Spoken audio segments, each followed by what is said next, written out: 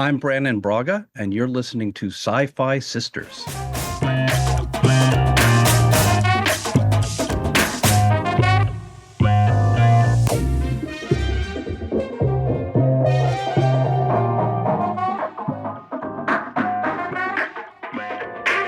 Hey, everybody. Welcome to the Sci-Fi Sisters podcast, where we give you our point of view. I'm Tamia Harper, and I'm joined today by my sisters, Yvette Blackman-Tom. Hello. Sabrina Wood. Whoop, whoop. And Fran T. What's happening? What's happening? What's happening, Fran? What's happening is that, yep, you guessed it. It's a phenomenal show. We're geeking out right now. We have on the Zoom with us tonight royalty, Star Trek royalty, and somebody that we've been admiring for a long time. He's a producer, director, and screenwriter. He's worked and responsible for so much that we love in Star Trek, from Next Gen to Voyager, and he's the co-creator of Enterprise. He's been a producer and writer on so many TV shows that we absolutely adore, like 24, Terra Nova. I personally was a huge fan of the Cosmos series that you did, the Space-Time Odyssey, and for many, many of us also, the Orville. He is none other, if you haven't guessed it, Mr. Brannon Braga. Welcome to the show, sir. Yay! Great seeing you again. The last time we were just saying the last time we met, or the first time we met, was on the Star Trek cruise. Yeah. Yes, a happening recently. place. Seems like a lifetime ago, even though It does. it was a couple months ago. I know. Yeah. Like, my cruise vibe usually lasts for a good several months, and then eventually the real world starts stressing me out again. This time it lasted for a good long time. I had a good ride with it. I think I just finally really dissipated maybe the last week. Wow. What's interesting is, for some people, I think the cruise life is stressful because, I don't know if you heard, but the cruise right after ours was a 1980s cruise. Oh, we saw that coming. Yeah. I mean, it Yeah. was nuts. So, a woman jumped overboard. Yeah. I mean, it's like on our ship. Yeah. On It the was same personal ship. somehow, you know? Right. Yeah, but just to know, that ship, their beverage package comes with their That's fair. For that their cruise. fare. For that Included. cruise. So Wow. For the Star 80 Trek, for the not 80s Star cruise. Trek doesn't. no, it's No. not No. included. Like, you have to pay for your own you have to pay for a package. You can But they're- select your packages. Right. Like, you can select a non-alcoholic package or a water package. But for the 80s cruise, the alcohol beverage package is just automatically included. Yeah. So, Look, I had a great time. The fans seemed to have a great time. But I was, it's not cheap. No. Like, if you're there, you're serious about cruising, Star Trek, or both. Mm-hmm. Yep. Yeah. Yep. Yeah. For me, it's the Star Trek part of it. I really am not a cruiser outside of this particular cruise, and I think I would have a hard time, like, if I didn't go on board a ship that there was common purpose. yeah, now that you're used to it. Yeah. Yeah. I'm a Yeah. cruiser. I love Yeah, cruisers. yeah. I used to be Cruisers a- are my favorite. Cruise travel expert. So, I mean, I used to What weren't book you an them. expert in? Nothing. I know it all. I was Yeah, there are a I lot was of different cruise lines and different. It's real. I went down the rabbit hole of cruises just to try to determine, where does Royal Caribbean fall in the hierarchy of cruising, and it's up there. It's up there, not. yeah. Yes, Yeah, there. it's up there, and our, I was actually on one cruise, on Celebrity Cruise. I went on, Oh, yeah. like, in 2000, I think it was 2012, and it was a bigger. They were comparable, but the ship was much bigger. Mm. If you- Yeah. Yeah. and the ships are huge. Mhm. Yeah. And we ran into some rough weather.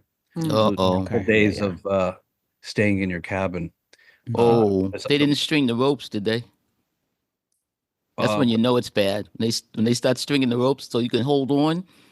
Oh my God. Don't remember. I don't remember. I do remember a lot of sick people. Ooh, Whereas, yes. whereas our cruise was really great, and the best parts of it were just my favorite parts were just being at sea. It's so peaceful, you know. Yeah. Yeah, me too. Yeah. That's one of the things that gives me such even more enormous respect for the power of this force, like literally a force of nature. You're out there on the sea and you're on this massive floating city, and it's just being tossed around like a handkerchief sometimes, you know, in bad weather. And you're like, this thing is huge. And for me to feel all of this, it's crazy. Yeah.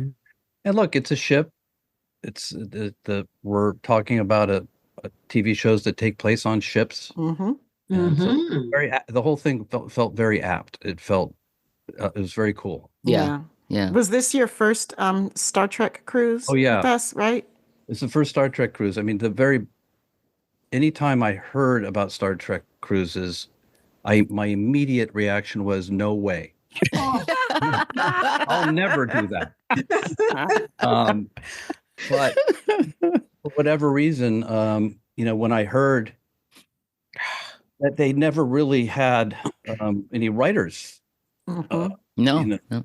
on these things, something came alive in me, and I thought, well, they've got to hear from one of the showrunners. I Yeah. mean, we know the real reasons things were done. You know, Thank you. so I just had a blast. Oh, your panel was incredible. I attended the panel that you did, and you know, people were just lined up to ask you questions. It was very inspiring hearing your story. So, thank you so much. That was one of my absolute all-time favorite panels on a Star Trek cruise. So thank you for Yeah. saying so, and thank you for inviting me here. I'm thrilled to be here. For Oh, those of gosh. you who don't know, the story goes like this. We saw this man skulking around, trying to pretend that he was incognito. Yes. And Yvette said, I don't remember what I said. he said, I like, said, "Hey, Brandon, No, you said, why are you "Mr. walking Bra-" you around? said, Hey, yeah. Mr. Braga, why are you walking around like Around like nobody nobody knows who you are?" You know, because the first couple days people did not. The deeper we got into the cruise, the less anonymous I became. mhm. So it was yeah, I think I was kidding myself at that point, but Yeah, you yeah, you were. I was like, hey, So, is that who I think it is? I think I had seen you before earlier in the day or something, and I think you were a little too far away because I still had I was still recovering from my hip surgery, so I wasn't pretty quick. And then when you walked past, I was like, yeah, he's still trying to act like nobody knows who he is. I said, let me say something here. And it was great because we were having a great conversation, but then the elevator came and then other people came and you were so gracious, like, hey, wait, we got to talk about me being on your show. So I was like, yeah, here's the information. So definitely appreciate that. well, look, congratulations on reaching 100 episodes. thank you. You know, I Yeah. will say that I know just secondhand how much work these podcasts are, you know, and Yeah, they to are. make it to 100 episodes is a big deal. So It was such a big deal that Thank we didn't you. even know.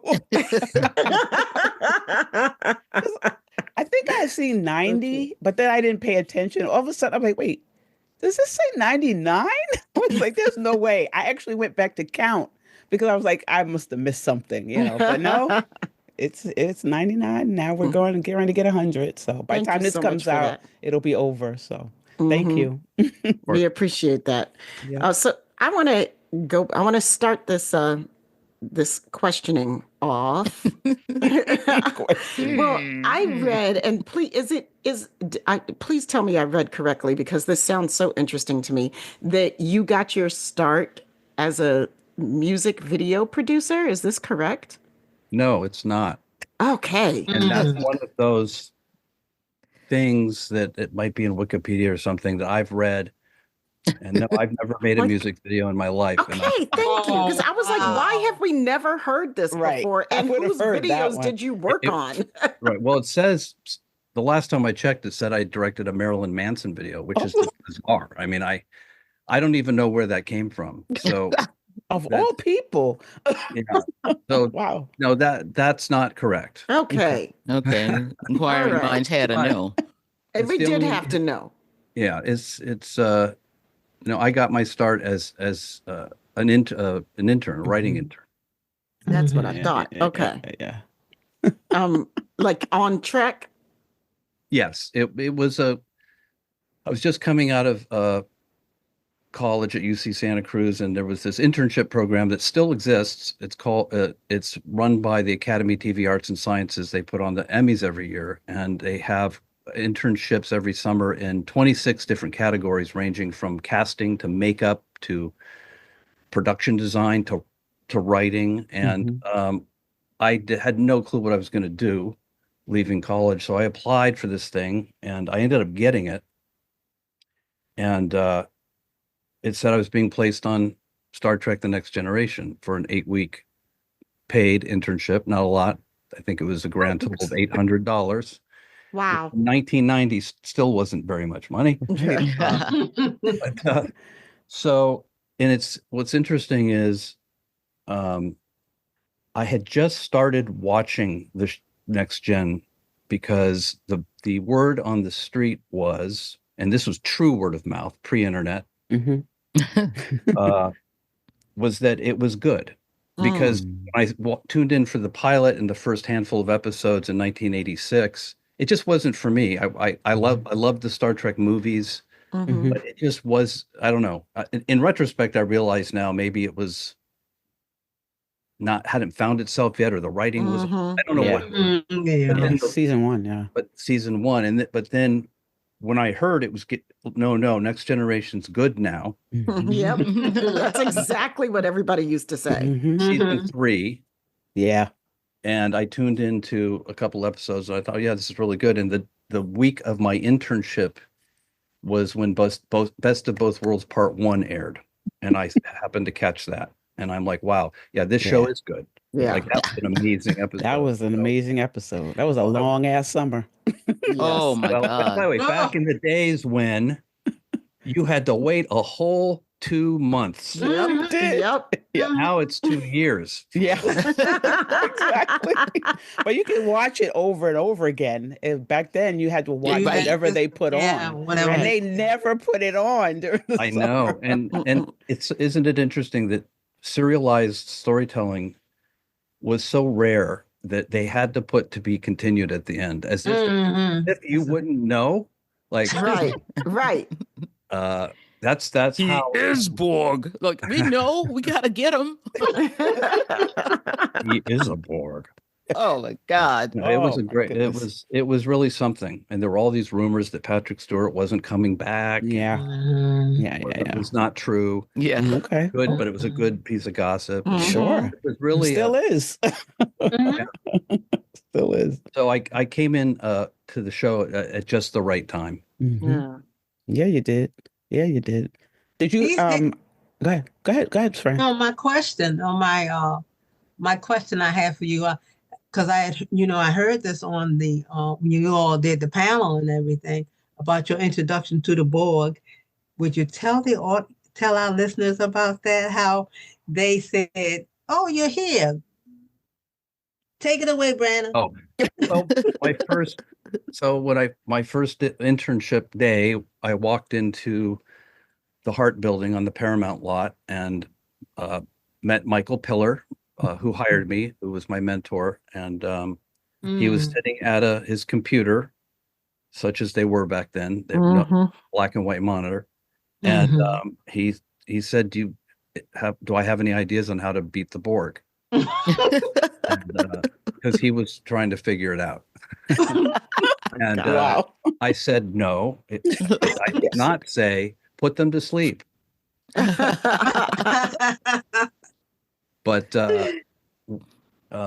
yeah, it was a really cool way to come in to see the head writer at that time, trying to figure it out. And indeed, as I got deeper into my internship, and we started laying out season 4, and watching a writing staff come together, because it was just Michael Piller and Ron Moore there. Those are the only 2 people. The core writing staff that would become the core writing staff for the rest of the series come together, and were breaking out these episodes, it just seemed like magic to me. Like Yeah. how are they thinking so fast? How are they doing this? I just will never be able to do this. It Mm. just seems so, I had no idea how television was made. And Mhm. so it was really, but I learned, and I was very lucky to be on that particular show where there was a real emphasis on writing, Mhm. Mm-hmm. and the show, I think it's one of the things that has endured, the Mhm. show's themes, of course, about the future, Yep. but also it's just a well done show. Yeah. It really is. Yep. Yeah. It definitely is. I So, would go Go ahead. ahead. so that kind of leads into one of my questions. We were talking to Lisa Klink, and she was saying that the writers' rooms are different now. And so, what you just said, you were in there, you were learning, you saw how they broke it out and how they created it.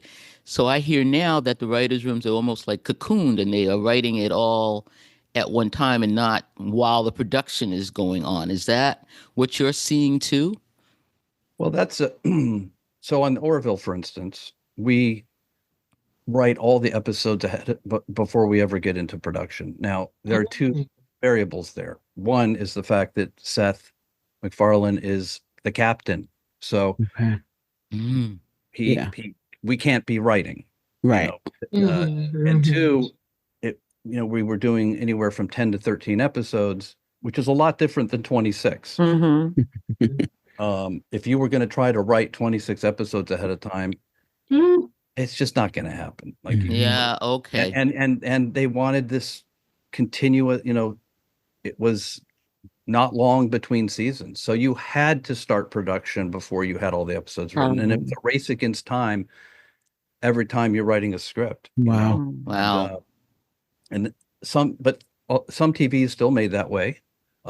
Shows like 911 and NCIS and some of these shows that have the larger orders still do it Yeah. that way.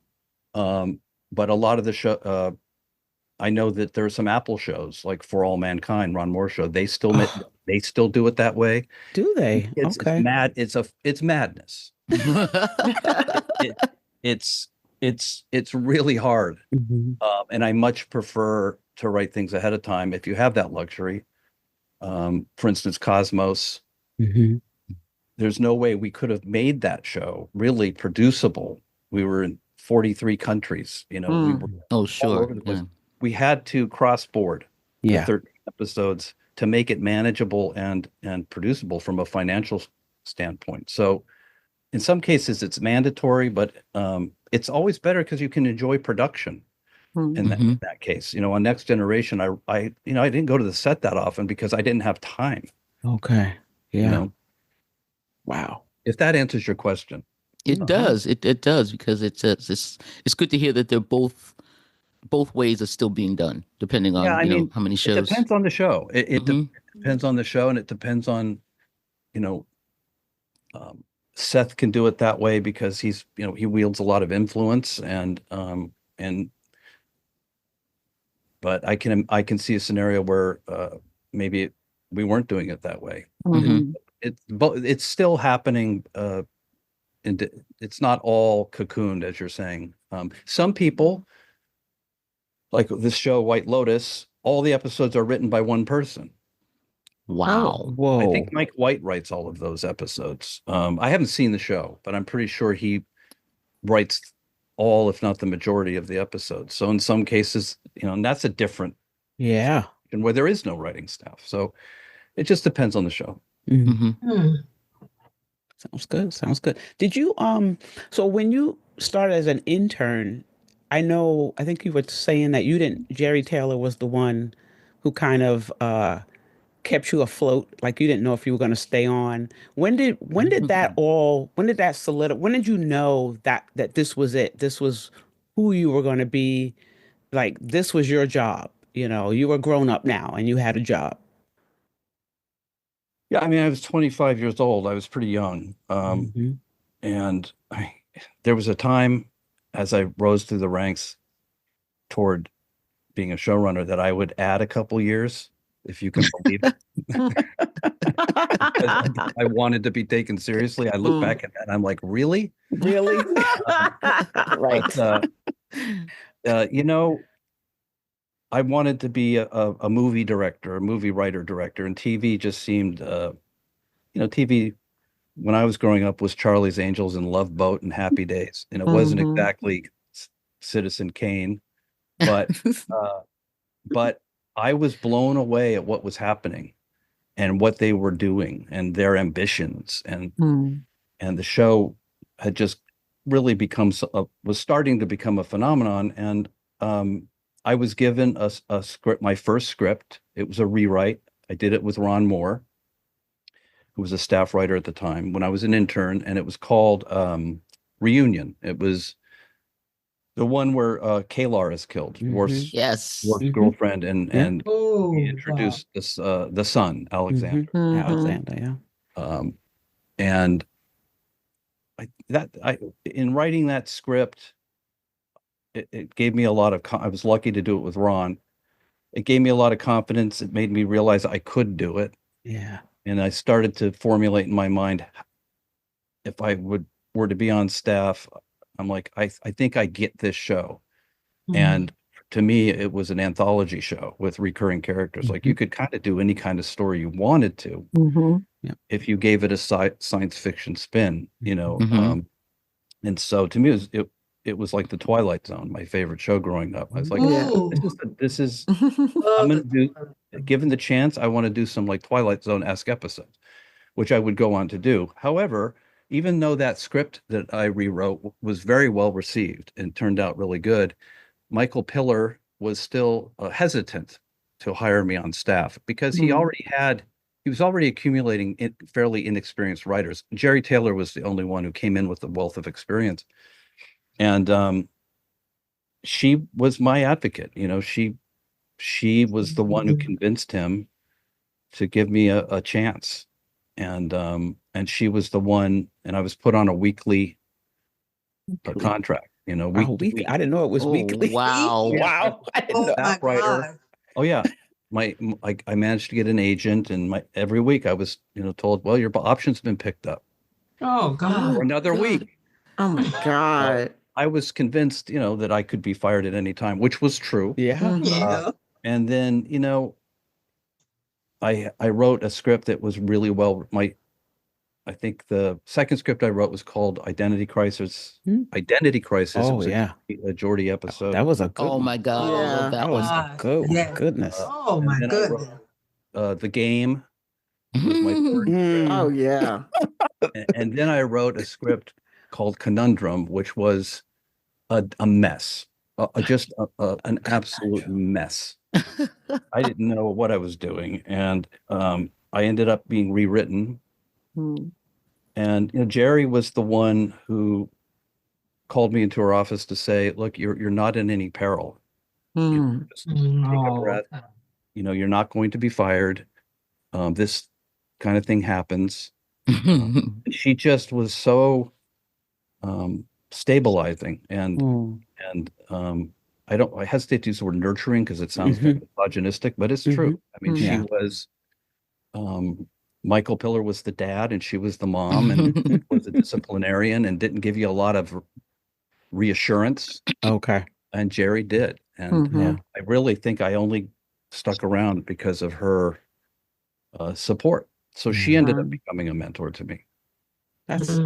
I'm And so happy fortunately, to I hear that. never, Yeah. knock on wood, I never wrote a crappy script again. I Wow. was like determined. Mhm. Yeah. Just to make sure that she, I get that because she's an idol of mine. I think all of us, we Yeah.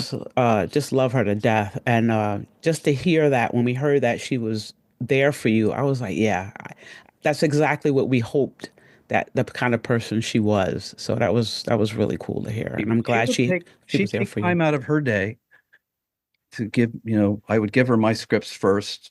I'd give it to her first before anyone, and she'd give me notes page by page to help Wow. me get better. And she absolutely didn't have to do that. Right. That's And such a blessing. Oh my word. yeah, she was great. I mean, Yeah. I can't say enough about her. And Yeah. for those Yeah. that don't know, she died last year. Mhm. Or is it Yeah. this year? No, I can't remember. It was Last- Reese I think it Fairley. was last year. Last year. Yeah, I think it was last year. Pretty sure it was. Yeah.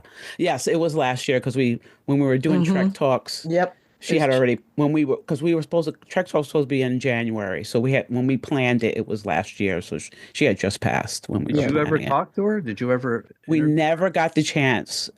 She wasn't doing interviews later on, so by the time we were at that point where we could really get to her people, she passed.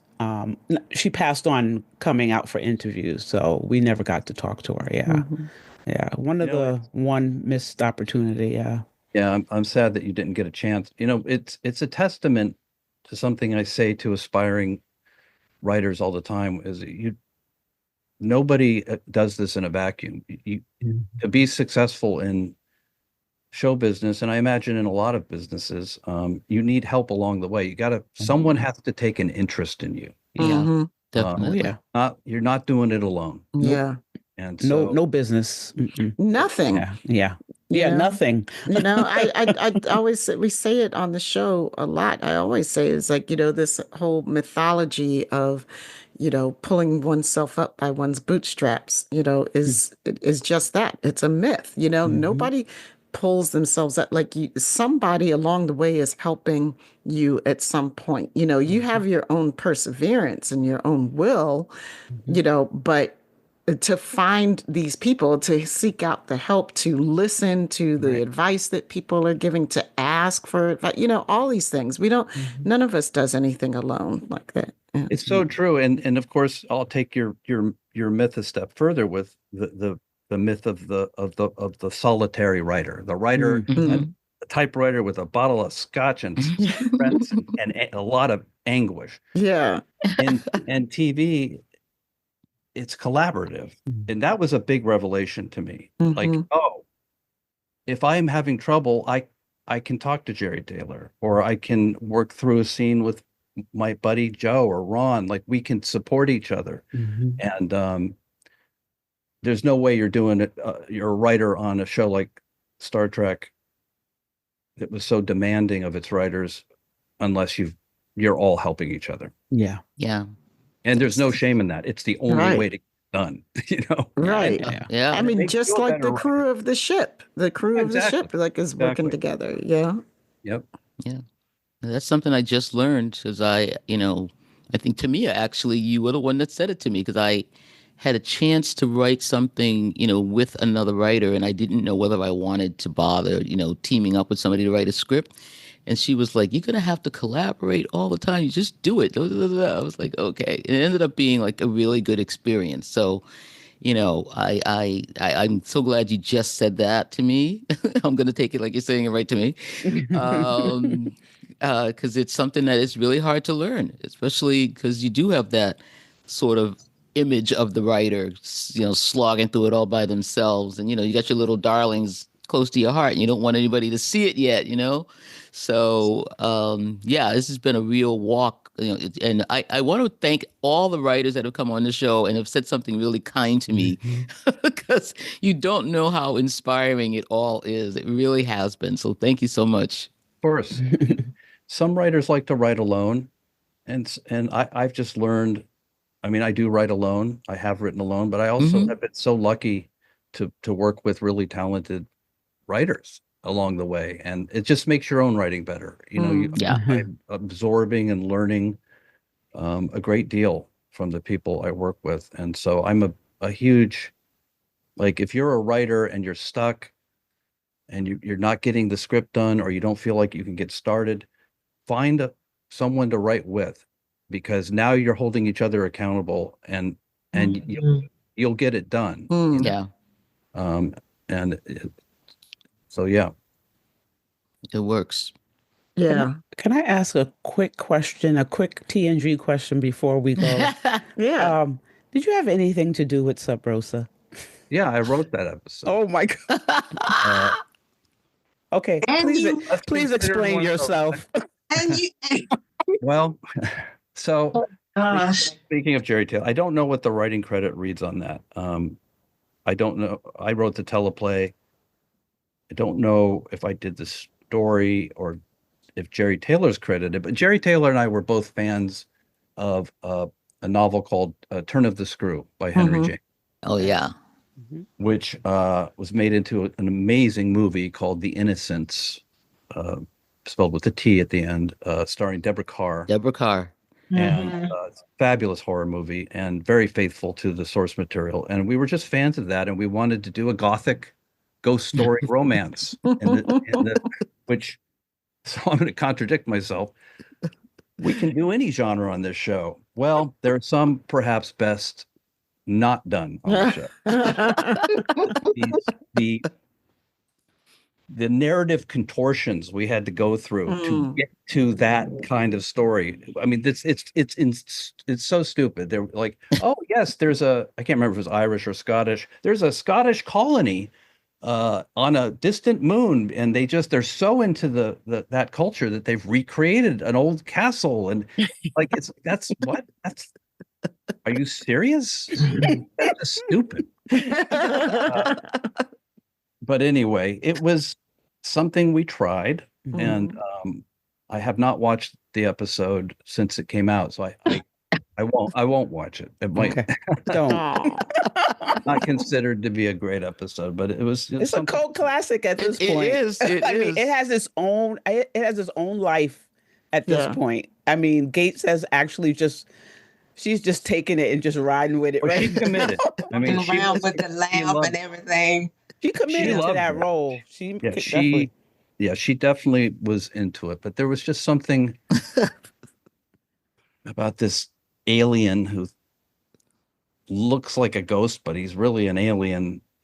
There's one of the worst lines of dialogue I ever wrote is in that episode. Something about him, he's going to travel along a beam of energy onto the ship, and Yeah. the way he describes it is just awful.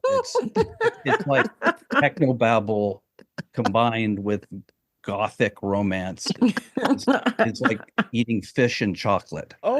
Oh. I'm just trying to come up with the worst combination. Oh man. I've had 3 pregnancies. I've had a lot of cravings. Never that.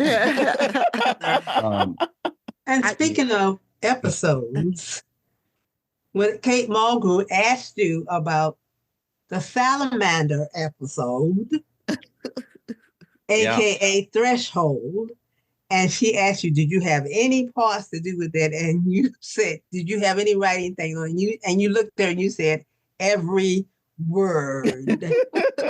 You wrote that episode too? Look, yes, I did. Come on, You y'all. never This is set not up- a roast. You never set out time. Bring You up never Threshold. set out to write a bad episode. Look, I I love don't think Threshold. that's a bad I don't episode. think think it Threshold is is a either. bad It's a episode good one. at all. It was Look. great until I thought it was great until Yes. the salamander Yes. part. Okay, that's That was the exactly part. right. Yes. Yeah, You it are was right. great. It was great. Right. It's what was the writer thinking? Because it actually had a cool premise about, Yeah. start trying to go warp Warp- 10, Warp 10. faster than, whatever it was, and that was going to have some strange effects. And I was a big fan of David Cronenberg's version of The Fly, and I wanted Oh yeah. body horror. Love that. And all this Yeah. stuff. And then I decided, well, I'm going to make some kind of weird reverse evolution take place where, I was emboldened by a Next Generation episode I wrote called Genesis, where the crew devolves. Yes. Uh-huh. And, I often think it's like, why did that work? It didn't. It worked. Yeah. And like, it's worth examining. And I think Yeah. because the reason is that the salamander thing was not really baked into the premise of everything Right. before. Because only Spot had a baby. That's why. Yeah. And, but here's the thing: you never set out to write a bad episode, and you never know what's going to turn out terribly, and you also don't necessarily know what's going to go on to become a success and even a classic. You Yep. just cause and effect, which was Oh, that the is our episode. number one number one. show. So Yep. TG. Favorite episode. I favorite. thought Yeah. for B&G. sure that it was a disaster because it Oh, was Really?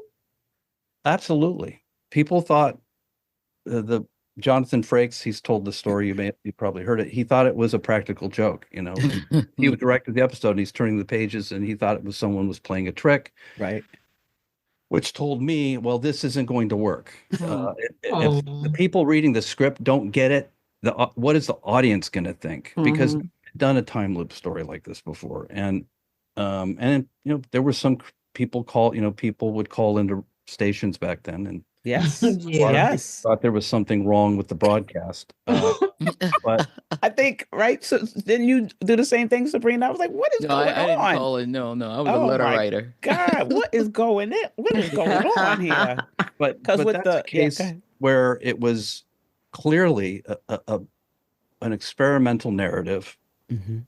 that you could do on science fiction, except you couldn't just do it fantasy style and not explain it. You actually had to say, well, what is going on and how are they Right. going to get out of it? Mhm. But I just didn't know if the audience would have the patience for it. Thank goodness Jonathan Frakes directed it. He did it Yeah. he saved it Wow. by making each iteration slightly different. Yeah. Mhm. Signals Which I loved.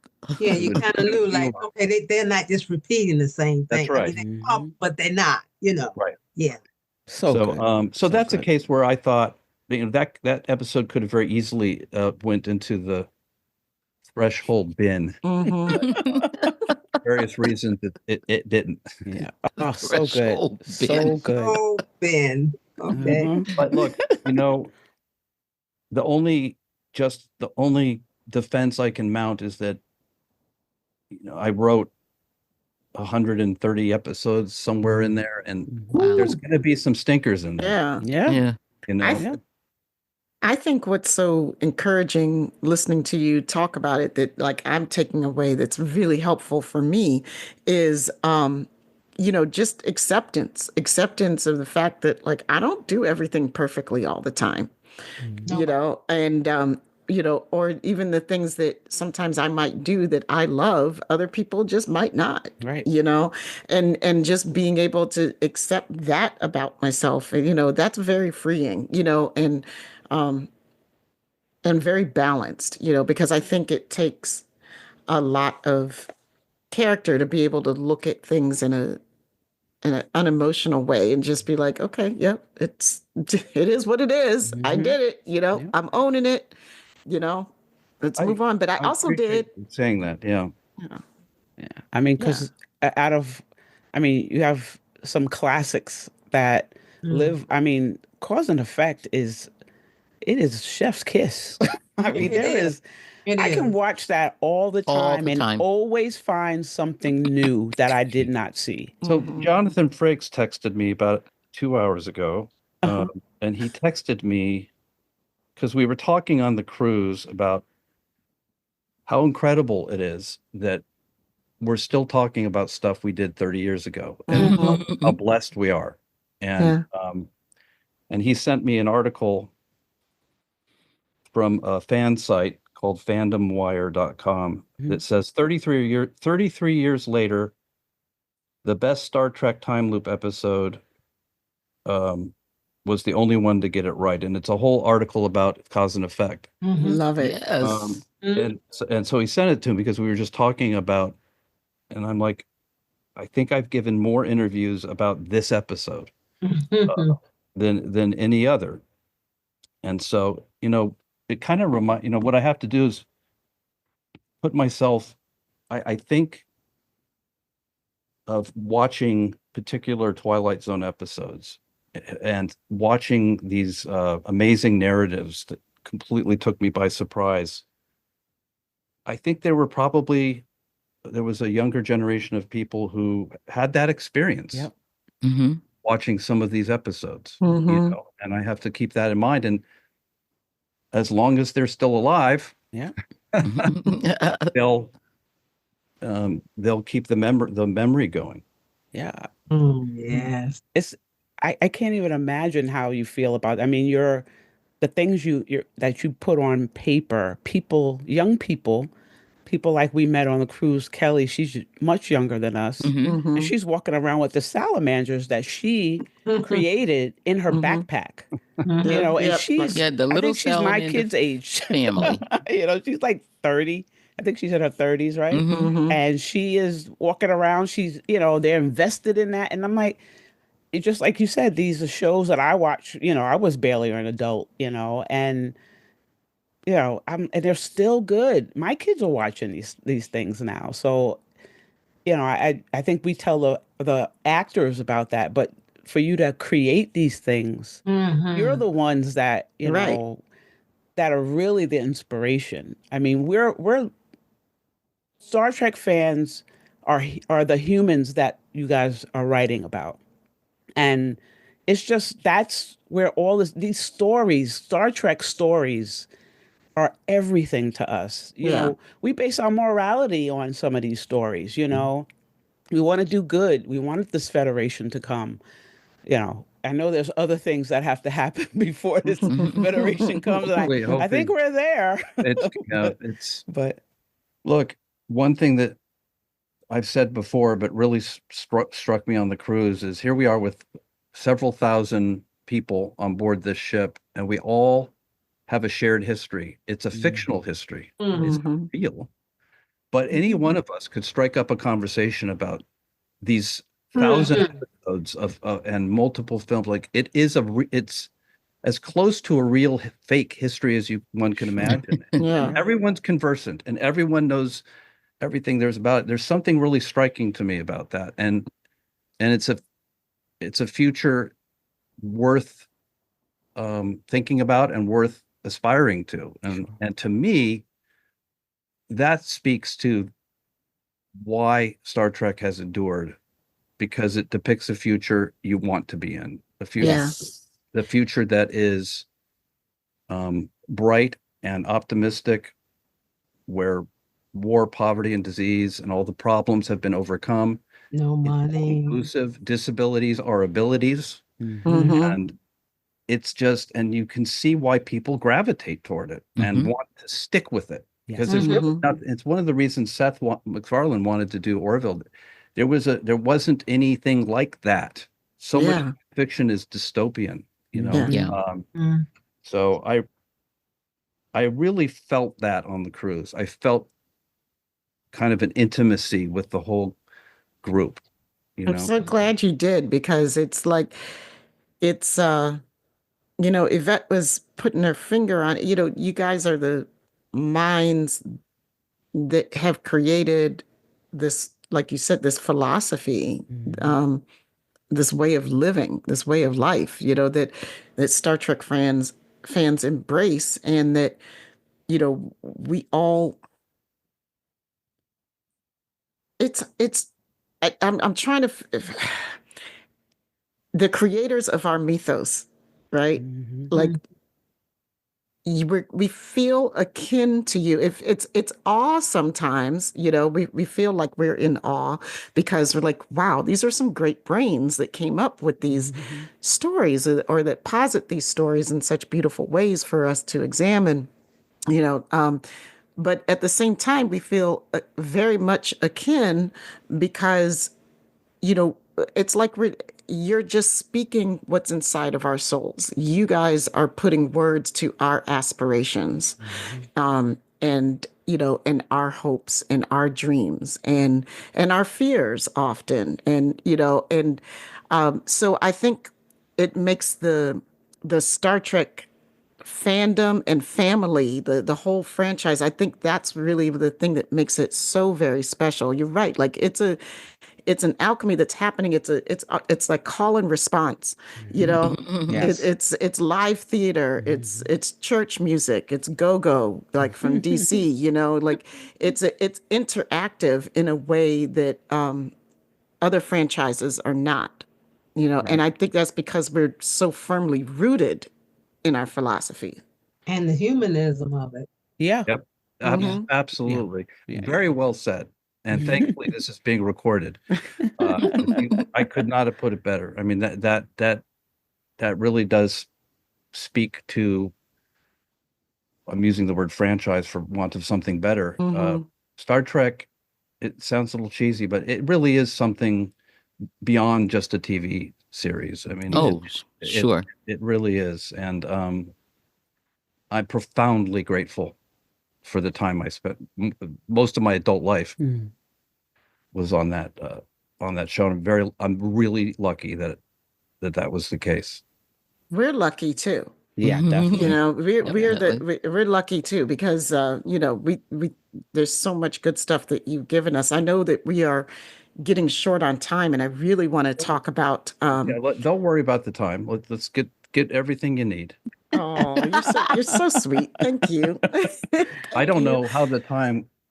Yeah, boy, yeah, it's really flying by. I know, right? It does. Wow. It does. It really does go I fast. just want to say, I am so, she brought up the word awe. First Contact is my favorite Trek movie. I remember going to the movies that Friday night, of course, Yep. sitting there with this whole audience. Never in my life that I would imagine that I would meet the writer of this fantastic moving movie. Hmm. Thank you. Oh, well, I thank just, you for saying so. And I'm in awe. that movie, I always envision that movie as kind of the certainly the ending of that movie is kind of the Star Trek's nativity scene. This was where Star Trek was born, and I wanted people who weren't necessarily Star Trek fans to understand what Star Trek meant and stood for. Hmm. And having the Alfre Woodard character, Lily, on board gave an entree into what Star Trek was for the non-fans.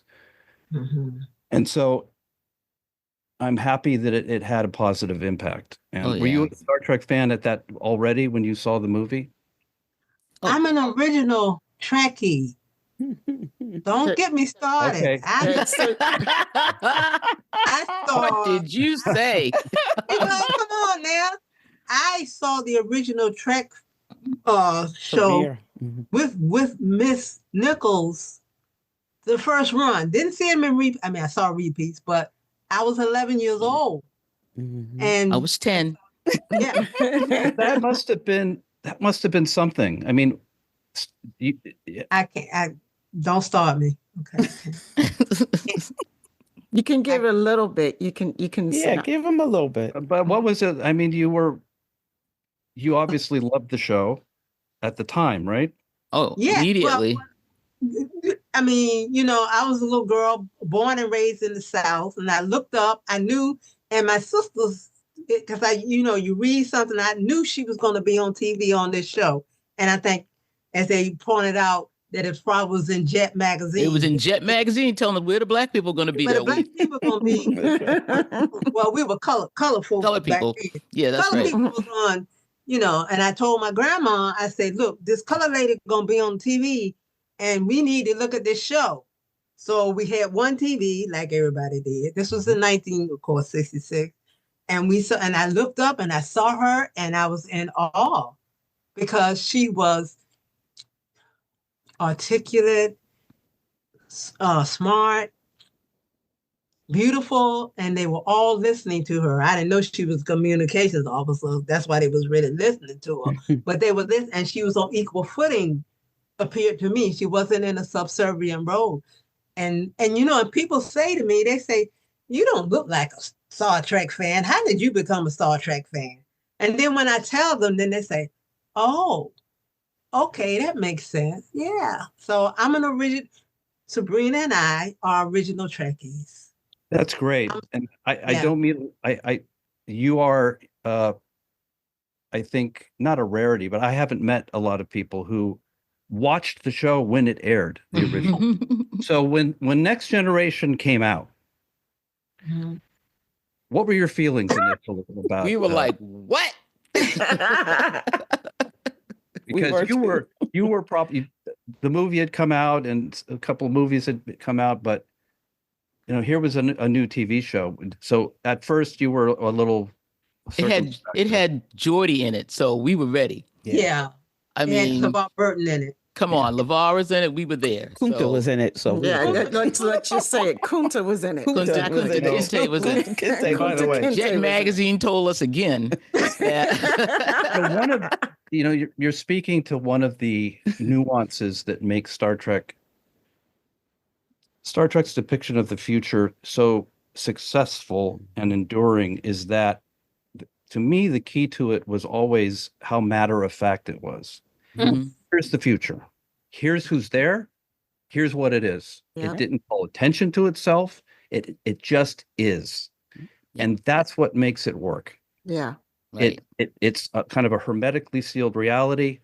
It doesn't listen to anything else. It's just, this is the future. Yep.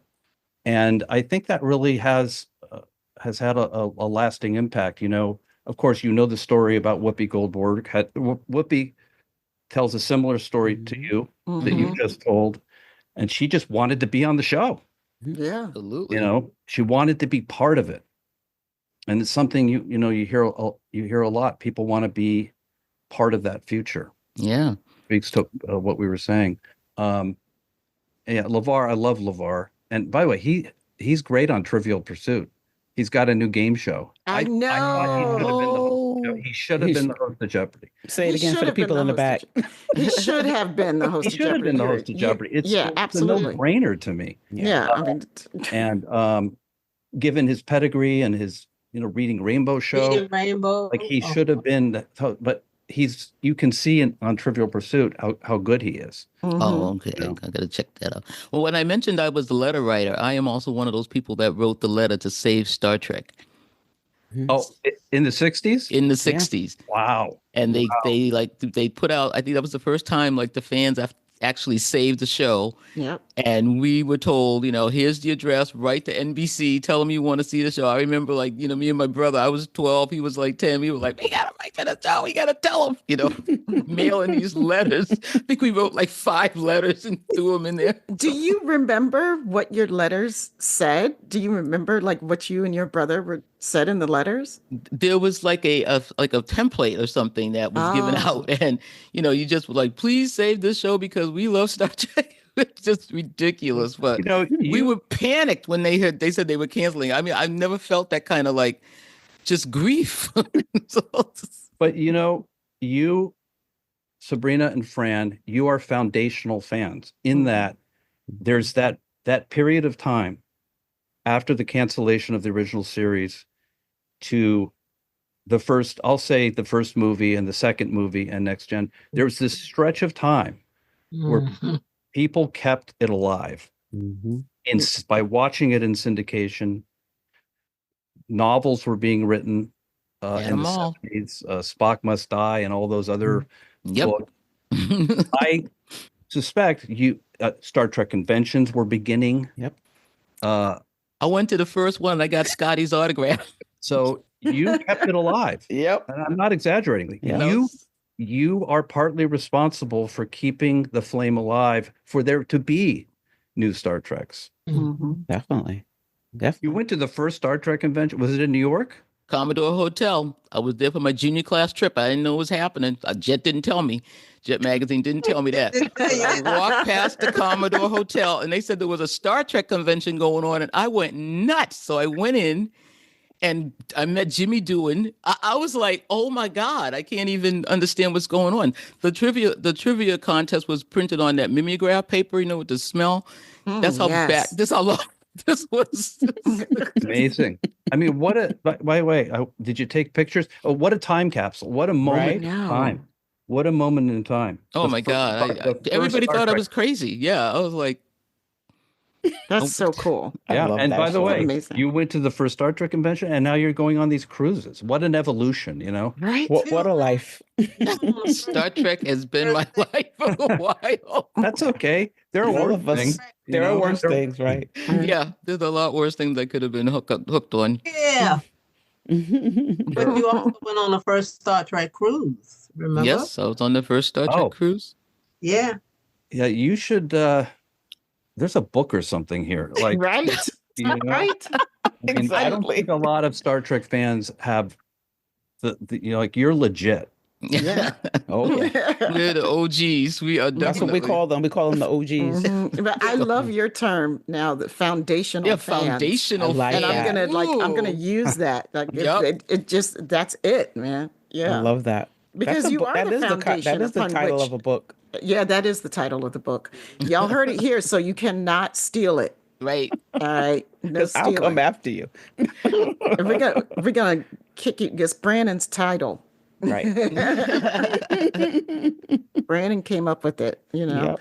So can I ask you real quick before we start shutting down? I know you said like, oh, take your time. Okay, that's nice. It would be nice. But you don't want to say, Sure. yeah, you don't want to say that to us because we can really, really Yeah, talk, we you can. know. We have to have boundaries. But, but co-creating enterprise. I mean, that's just okay. First of all, that's Sabrina's show. That is her show. my And jam. Fran, you like Enterprise too, right? Like, or is it more Sabrina's jam? It's more She's Sabrina. It's Sabrina's jam. It's okay. all So, alone here but with that. I mean, I'm But we just like it, curious yeah. about like how much were you feeling the stress of that new assignment? Did it, you know? I mean, this is a whole new show, and it was getting. I mean, we know Next Gen got a lot of shit when it came out. You know, People forget that. Oh, yeah. we know. we know. Okay, now, I we were remember. there. assume that I Brannon and remember. Sabrina weren't among those people. But we got a lot of letters back when people wrote letters saying, "You're not real Star Trek. This is not Oh, Star Trek. You don't know what Star Trek is." those foundational fans can be feisty. Yes.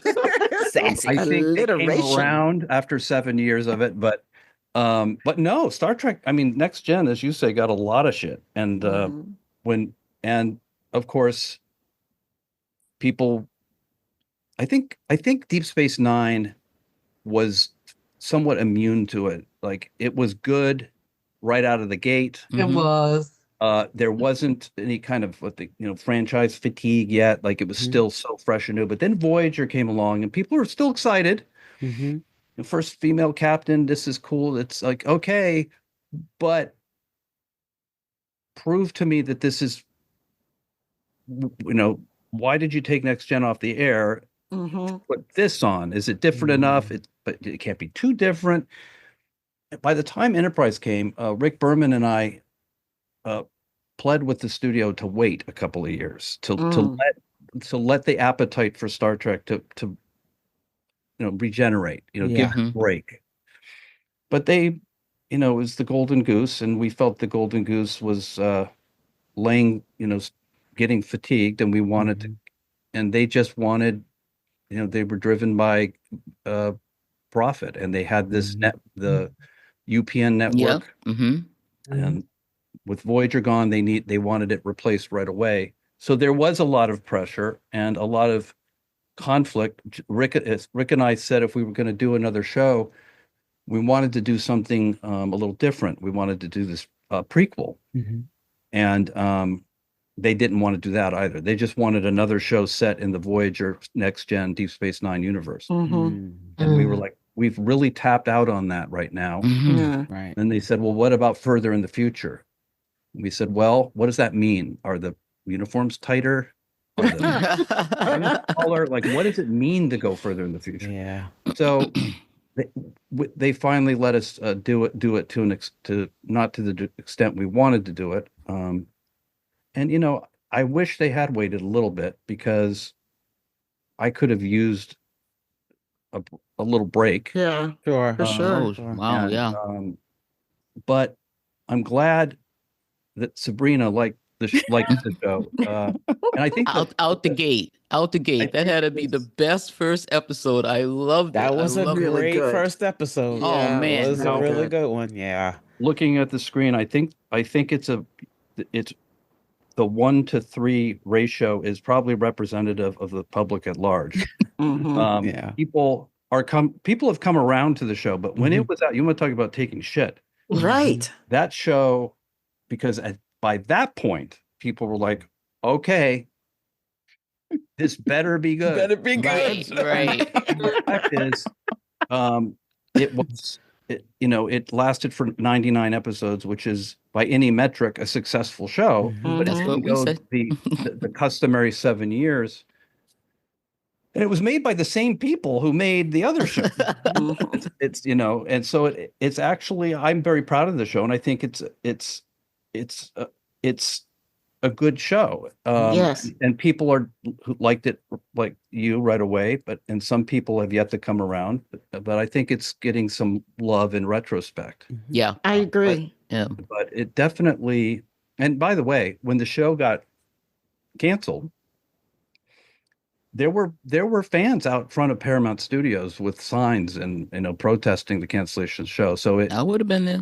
there were still those people, Sure. Yeah. It's I would've been still Star Trek.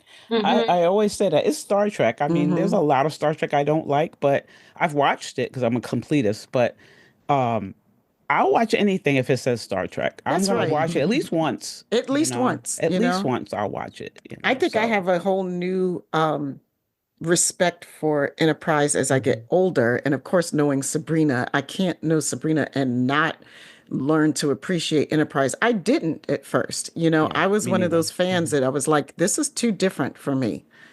I still wanted my more familiar worlds of Star Trek that I knew already. At the time when it came out, I just don't think me personally, I was ready to go in this different direction, and that could have been like for a number of reasons. I mean, I was really young and like I just really wanted my comfort food Star Trek. I didn't want to think too hard with it, like, because I already knew most of the settings and this was, and it's always hard to get, you always have to get used to the new cast and the new crew. But this was like I was in all love with retro. Trip. This I was was in all love with retro. Travis. And there's this was all retro, and I was like, this thing's not working right. The sounds aren't right. Like, what are these uniforms? What is this song? Why is this You said song Don't you at the go there, front my of the that's the show? Don't you one go there giant on my misfire. song. Don't get me started on the song. I know. I love the I know. song. It's so it's such a divisive topic, but I don't care. Yeah. I mean, but it was a thing for me. It was like a thing that took me out of my universe. Like I was used to a big, orchestral Instrumental. opening theme Sure. music for my Star Trek that gave me the vastness of space and exploring and da da da da. And then I get this like 80s rock ballad sounding song, and I was like, wait, what? Which was a tribute to Enterprise. It was Enterprise all the way through. I was Yeah. like, yes, my ship, my ship, my ship. Yeah. Right. Yeah. And you had that one clip of Alan Shepard, and I will always love that. That I never fast forwarded because I love Alan Shepard. And That's a when great I saw expression, that, I was man. like, oh my God, because Brandon and I saw that too. Yeah, Live. Yeah. we sure did. That's really something. How you guys are so lucky. I would have loved to have. Me too. God. You mean The What was real that? astronauts, The the real moon. astronauts going Real on. night- The man. real ones. Ooh, the moon? the and whole, oh, we were so right? scared. What'd you say, Fran? You're talking about the moon Talk landing. about the It's- Apollo yes. 11 landing. Yeah. Yeah, I Mhm. saw that. That was in July. It was in summertime, and yeah, I mean, I sat down and watched it because of TV. We were all I would sitting have there. loved that. It's Mhm. crazy. I would have loved that. Yeah. It was Yeah. crazy. I remember Boy. watching with my dad, which was crazy. I don't know why we were just all glued to the, I was telling, I was The saying whole before, world was watching. Right. it was, you were like, oh my God, I don't know. Are they going to really land on they're going to land on the moon? Mhm. By the way, they were probably thinking the same thing. Right. Right. I'm pretty sure. I'm But, pretty sure. I mean, what suspense? yeah. Gosh. One of the great human achievements to It was. this day. It was. Yes. All right. To this day. Yeah. Mhm. We were all Actual- listening to John F. Kennedy say we were going to get there. And the next thing you know, well, every kid had a slide ruler. Everybody wanted to be in math. We were all, we're going to the moon. It was crazy. Wow. And we beat the Russians. Right. And beat the Russians, right? Wow. It was definitely you were cutting out box tops to get the models. I mean, it was like this whole thing was going on that was Yeah. unbelievable.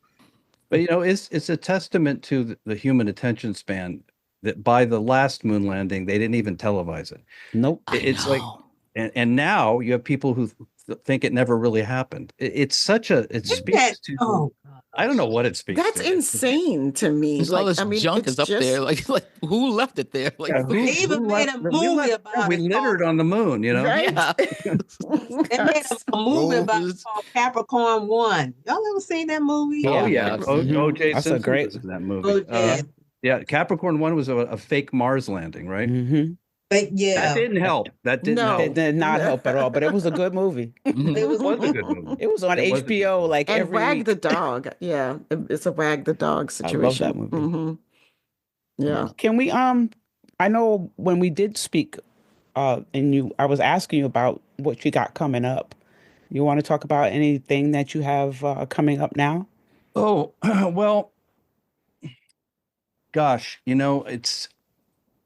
it sounds probably a bit cliche and pretentious, but the stuff I'm working on now, I'm not supposed to talk about. Okay. okay.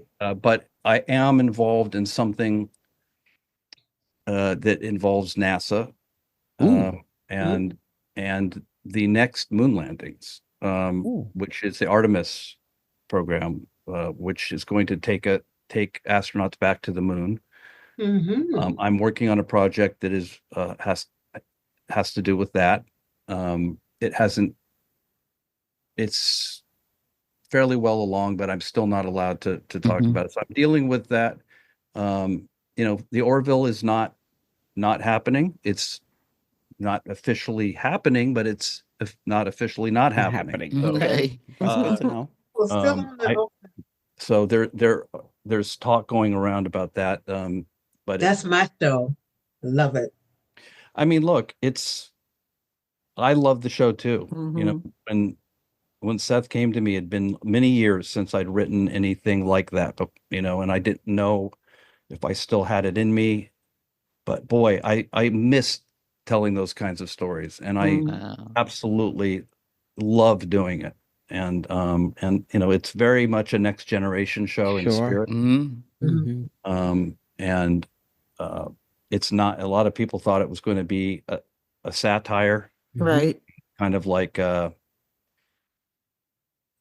Family Guy satire, when in fact Yeah. Seth wanted to do good science fiction shows with some humor Mhm. Mhm. frosting, and I think people finally warmed up to it. Yeah.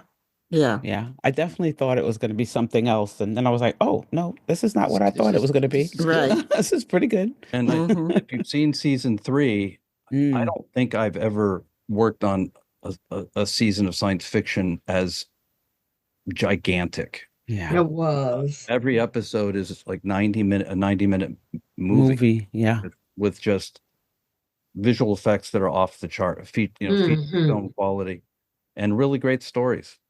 Human stories. I mean, alien human stories. Right. There's a lot of stuff in there. It's very moving and Oh relevant. yeah. And if there's anyone listening who hasn't checked out Orville, if you're a fan of Star Trek, particularly of what I guess they call legacy Star Trek, Mhm. you'll like this show. Mhm. Yep. Exactly. Definitely we call it the cousin. Mhm. Definitely a Star Trek It's a cousin. first, it's And a first, grandparents, right? it's a first cousin, Mhm. for sure. I Mhm. mean, I think that in an alternate reality, Seth created an actual Star Trek show, and maybe, but in a funny way, I'm glad he did this one because he was able to put his own Yeah. Yeah. stamp on it. And I think, whereas I kind of worried that some of the humor was too broad, it's fascinating that largely the fan response is that it just makes the characters more relatable and more recognizable. Mhm. Yeah. Which I'm like, oh, okay. Yeah. So yeah, so there's that. I had a show premiere maybe last year, not too recently, called The End Is Nigh, Uh-huh. Yeah. which is a science show on Peacock. It's kind of a science disaster movie show with Bill So I'm still doing. I'm still working on science stuff. That's with Bill Nye the Science Guy. Yeah. Right? Yeah. Mhm. Ooh, And big time. Cosmo. We're talking about another season of Cosmos. Oh, yes. Yay! Yay. Please. Yes. Definitely Yes. And thank you. have a great concept for a new season, and we've been formulating that for a while now. So we're going to try to set that up. There's some cool stuff. Cool. Oh, that's so cool. It's all science fiction, space, science. Can't go wrong. That's what you do good, buddy. Right. That is good stuff. I mean, you do other things good too. I mean, 24 was no slouch. But... Oh, Lord. That was just, yeah, that was my jam, man. I love that. I don't know what it was about that show. It just was so propulsive, and yeah. I love thrillers, and I'm kind of like a James Bond fan in the same way you're a Star Trek fan. Okay. Oh, okay. But there's less of it. Mm-hmm. Uh-huh. Right. I like my James Bond too. 1,000 episodes. I've got like 13 movies or however many there've been. Who's your favorite Bond? Probably Sean Connery. Mhm. I mean, Mine too. I mean, you can't. He had the right mix of Yeah. genuinely dangerous and charming, and Mm-hmm. Yeah. he was. I think Roger Moore was more what Ian Fleming had in mind. Mhm. Yes, I agree. But Sean Connery, and then I like Daniel Craig. I like Oh, his yes. Bond too. I he's love good. his Bond. He's a very sexy Bond, and he's Mhm. also a little bit. He also really felt a little dangerous. He's, Yes. yes, in a Casino lot dangerous. Royale. The first one, he's Yeah. really, Yeah. but it's funny when the final Bond movie came out, No Time to Die, and Bond, it's no secret that Bond dies. Mhm. I was so furious at that movie, and I walked out of there, and I'm like, first of all, okay, you're going to kill this character. You did it in such a with nanoprobes, Right.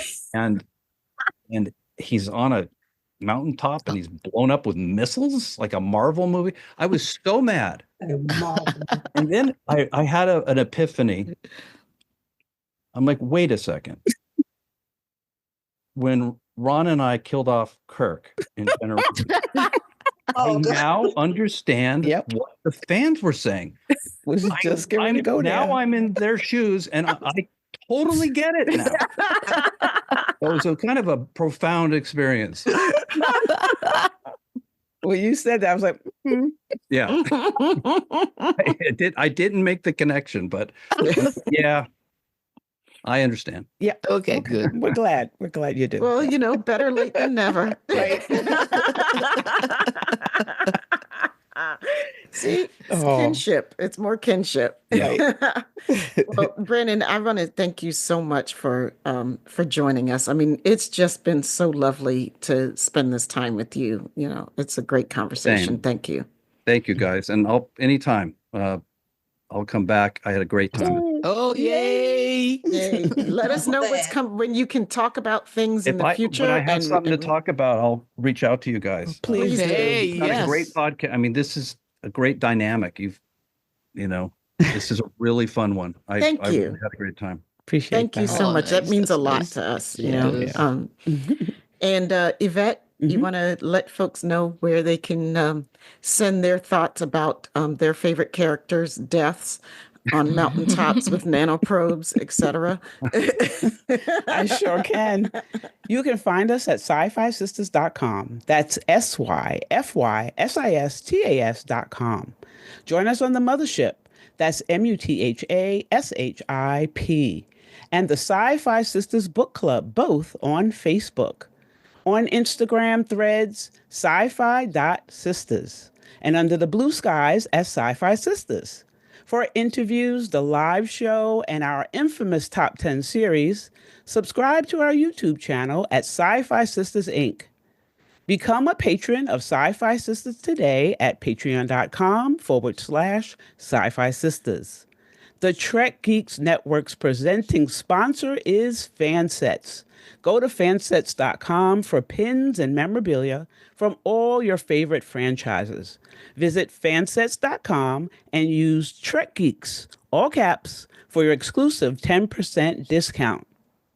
Our friends at Stranger Comics, the best in fantasy comics, invite our listeners to visit strangercomics.com and use SFS to receive an exclusive 10% discount.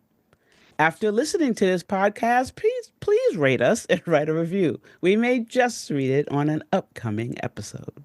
And of course, we got to thank the most glorious, wonderful associate producers that any gals could have. That would be Sailor Marge, Stephanie Baker, and Karen Germera. Thank you so much for everything you do for us. And we love you guys. Thank you for listening. We're out of here. Peace, love, and hair grease, my friends.